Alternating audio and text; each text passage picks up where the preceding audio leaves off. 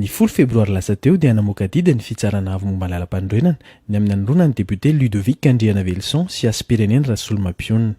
Nanazava i Christine Razanamasoa fa mbola tsy tonga nanao ny asany teo anivon'ny Antenimieram-pireneny ireto solombavam-bahoaka ireto ary tsy nanatrika ihany koa ny fivoriam-be ara-potoana izay natao nandritra ny 90 andro.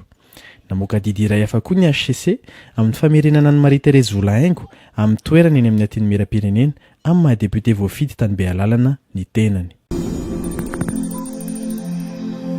Taoriana ny Kenyery Bastien sy Hakim Abdallah lalao amin'ny Barea de Madagascar dia nanambara ny mpanazatra Nicolas Dupuis fa ho avy anatevina ny Barea koa i Alexandre Ramalengom.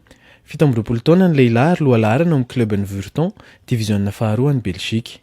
Namaly ny antso izy ka afaka anatevina ny Barea amin'ny fihaonana atao amin'ny Côte d'Ivoire ny volana mars avy izao, hoy Nicolas Dupuis. Nanohy ny fanitsanana ireo mpivarotra amoron-dalana eto Antananarivo ny avy eo amin'ny fiatidianany tanàna tamin'ity herinandro ity. Araka ny fanazavana nomen'ny talentsena eo anivon'ny CUA Riza Randrianarsoa dia akisaka eny amin'ny trottoir aloha ireo mpivarotra sasany mba tsy hanelingelina ny lalan'ny fiara. Ho an'ny tsenany Mahamasina dia mikasa ny hamadika ny parkina ny Antenimieran-dolona ho tsena ny tompony andraikitra. Raha ny Beoririka kosa dia mbola eo am-pitadiavana vahaolana ny Kaominina. Tsy navela ny antso natao Nosy ny samby mpitondra mpizahatany Saint Princess ny alakamisy 13 febroary lasa teo.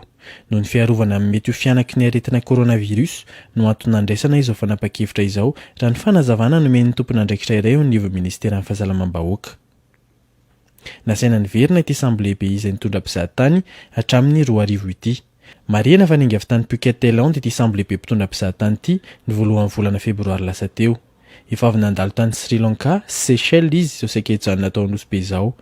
Araka ny vaovao voaray dia andalana hitotoy iverina ny Afrika Atsimo ny Saint Princess.